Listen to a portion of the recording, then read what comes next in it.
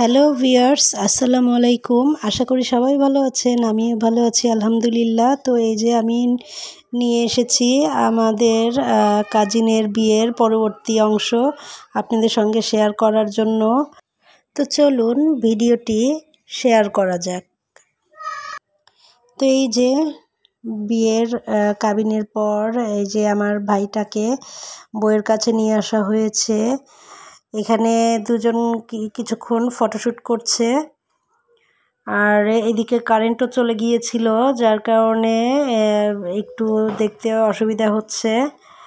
তো যাই হোক, তারপরে এর মধ্যেই ফটোশ্যুট করে নিল সবাই। আর এই যে এখানে মেয়ের মা, মেয়ের শ্বশুর এবং চাচা শ্বশুরের হাতে মেয়েকে তুলে দিচ্ছে, আর প্রচণ্ড কান্নায় ভেঙে পড়ছে।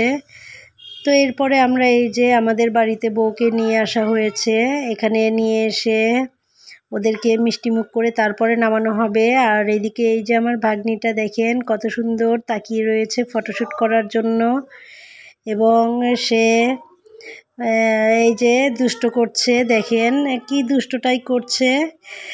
তো যাই হোক, এরপরে এই যে বর বউকে মিষ্টিমুখ করানো হবে, মিষ্টিমুখ করিয়ে তারপরে নামানো হবে।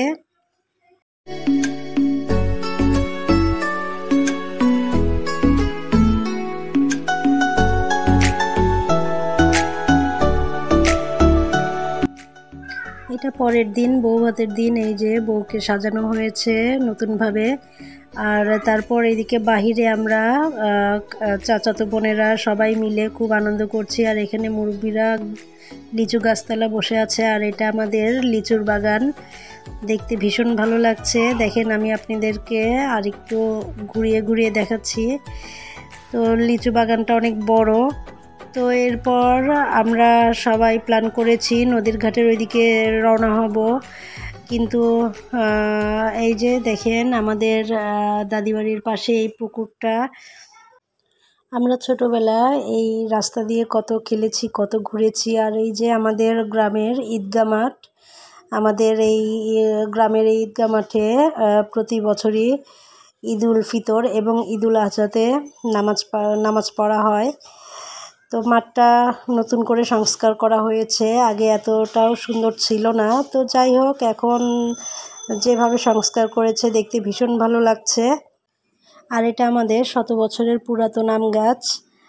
এই আম গাছটাই এই মাঠে ছায়া দিয়ে রেখেছে। তো যাই হোক, এখন আমরা চলুন আবার একটু বাইরে যাই।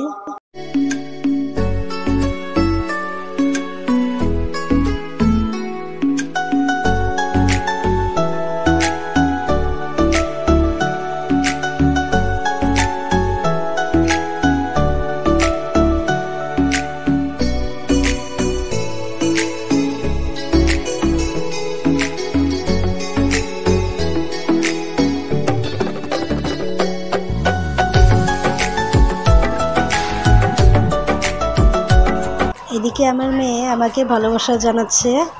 থ্যাংক ইউ আম্মু, লাভ ইউ সো মাচ।